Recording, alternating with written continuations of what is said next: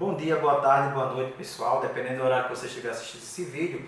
E o assunto que nós vamos trabalhar agora, ele vai acontecer dentro do contexto histórico conhecido como período entre guerras, entre 1918, término da Primeira Guerra Mundial, e 1939, fim da Segunda Guerra Mundial.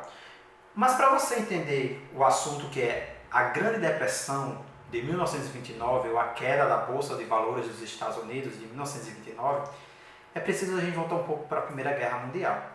Então, como vocês sabem, os Estados Unidos ele vai fornecer alimentos, armas, produtos industrializados e empréstimo para os países da Tríplice Entente.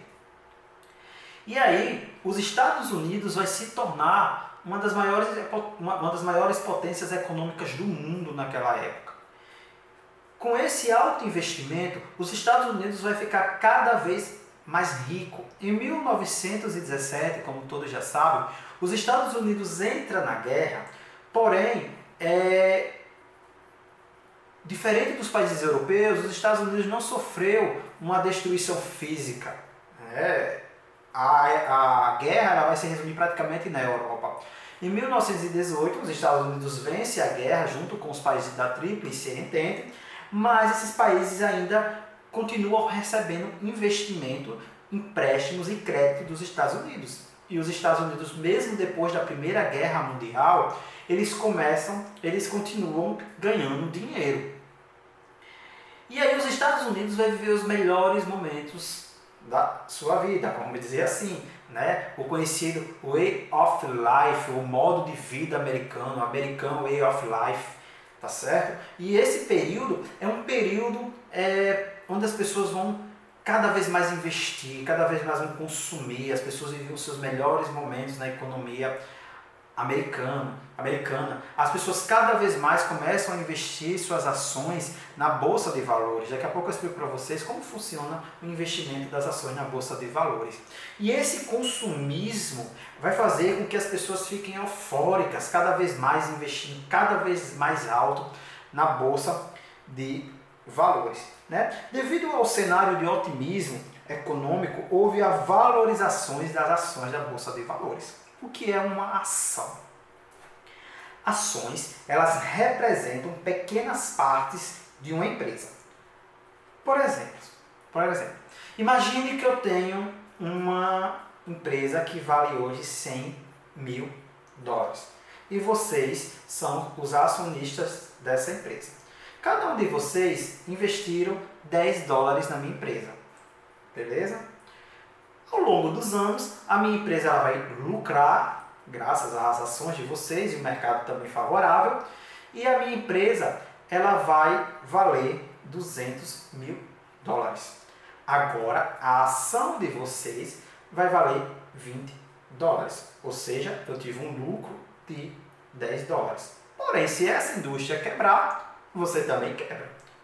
Então, pessoal, claro que esses valores aqui são exemplos, mas as pessoas investiam muito mais do que 10 dólares. As pessoas começam a pegar empréstimo com o banco para investir em ações, porque dava dinheiro. Só que tudo, né, com os preços das ações, o crescimento, os americanos passaram a investir cada vez mais nas ações. E eles vendiam essas ações, por exemplo, essa ação agora não vale mais 10 dólares, vale 50 dólares. Você vai vender ela, vai lucrar 40 dólares, por exemplo. E aí as pessoas vendiam, investiam em outras ações e aí funcionava mais ou menos isso aí, a Bolsa de Valores. Funcionava mais ou menos assim a Bolsa de Valores. Só que, pessoal, essas empresas elas aconteciam um fenômeno chamado de especulação. Na verdade, elas não estavam crescendo. Né? Por exemplo, a empresa de 1.000 dólares ela não estava valendo 200 mil dólares. Mas as ações estavam crescendo. Ou seja, era uma especulação, era uma bomba relógio prestes a explodir. Os valores elevados das ações eram devido ao otimismo de crescimento econômico. Era como se os preços das ações aumentassem, né, sem que o valor da empresa não. Ou seja, era somente uma especulação. Na verdade, as empresas não estavam crescendo. E é aí que começa o efeito dominó. Tá certo?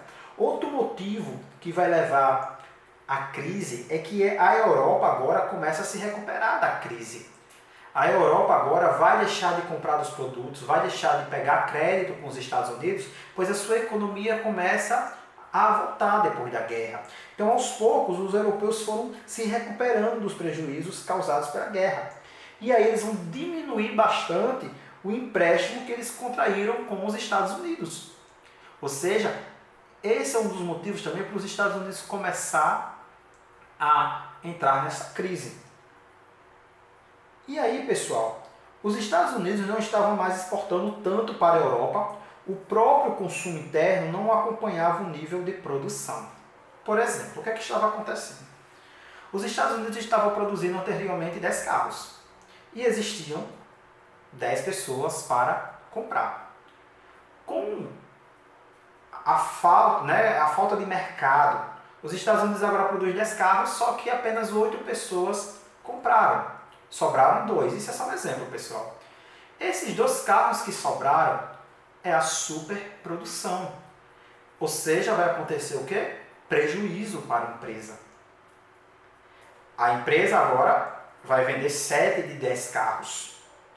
E aí, pessoal, esse estoque vai ficar acumulado, guardado, e essas empresas, elas precisam diminuir os gastos, porque ela não está vendendo. Ou seja, começa a demitir as pessoas. As pessoas começam a sair do trabalho e aquele dinheiro que ela tinha investido nas ações, na poupança, ela agora vai tirar. Ela vai vender as ações. Por quê? Porque ela precisa de dinheiro para comer, para abastecer o carro. Só que as pessoas agora começam a tirar o dinheiro da poupança e várias pessoas começam a tirar também. E os bancos começam a quebrar. Muitos bancos vão à falência. E para piorar a situação, as pessoas começam a vender as ações no mercado da bolsa. Vender por preços, né? Porque até então começa a desvalorizar essas ações por causa da crise. Menos pessoas trabalhando, menos pessoas consumindo. As empresas param de vender os produtos. E elas começam a definhar, começam a quebrar. E as pessoas cada vez mais pegando seus dinheiros na poupança e os bancos também começam a quebrar. As casas que foram vendidas, hipotecadas, os créditos, os empréstimos, agora não estão sendo mais pagos. Pessoal, tinha mais dinheiro, mais dívidas de empréstimo do que dinheiro circulando nos Estados Unidos. Então, as casas começam a ser hipotecadas, começam a ser tomadas, as casas vendidas, porém ninguém comprava mais aquelas casas. E aí, pessoal, começa um colapso. Tanto no setor automobilístico, no setor alimentício, na indústria. Ou seja, todas as pessoas, todas as empresas começam a sofrer com esse efeito dominó. E aí, pessoal, a crise começa a se agravar. Com o excesso de oferta, os preços diminuíram, os funcionários foram demitidos, os investidores perderam a confiança no mercado e milhares de investidores começaram a vender as suas ações. Investidores que tentaram vender as ações por preços baixíssimos, não tinha mais ninguém que comprasse. E aí as pessoas começam a penar, pessoal. As pessoas começam a sofrer, muitas pessoas vão se suicidar por causa da crise nos Estados Unidos. Várias indústrias e bancos foram à falência. Um dos poucos países que vai sentir, essa crise é a União Soviética. Por quê? Porque ela estava passando por um sistema econômico socialista. Mas os países que dependiam dos Estados Unidos, que vendiam, que exportavam para os Estados Unidos, vão entrar em crise, inclusive o Brasil. O Brasil era um dos maiores exportadores de café daquela época. Só que agora com a crise as pessoas param de comprar o café do Brasil. E aí vai ter grandes quantidades de café no estoque.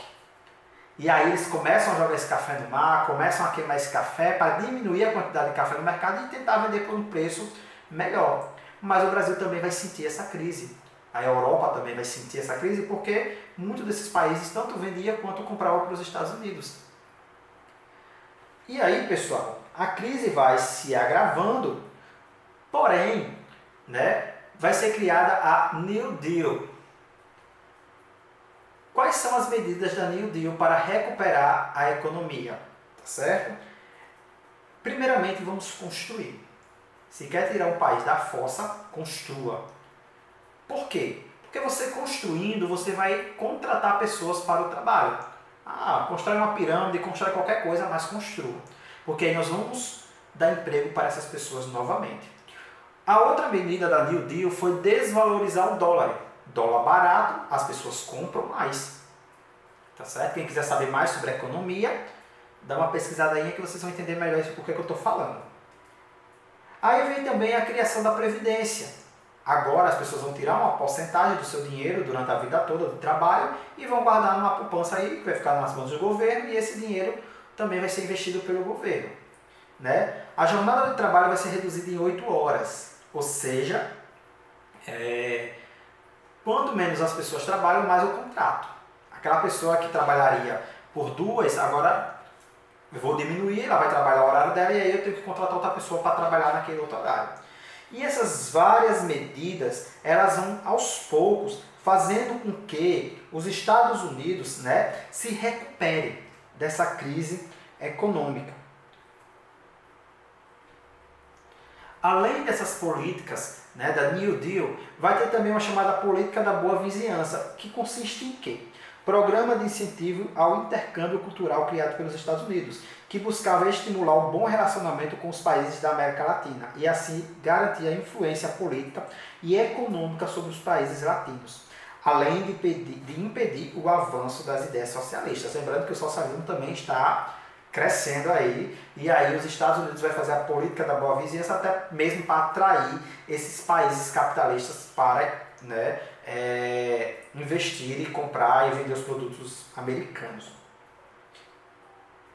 Enfim, pessoal, essa e outras políticas, como a da boa vizinhança, né, vai ajudar os Estados Unidos a sair dessa crise. Após o término da crise, né, começa aí na Alemanha, na Itália, o processo do fascismo, do nazismo, e aí, pessoal, os Estados Unidos só vai se recuperar mesmo, só vai começar a tomar um fôlego na Segunda Guerra Mundial, que é um outro assunto. Beleza?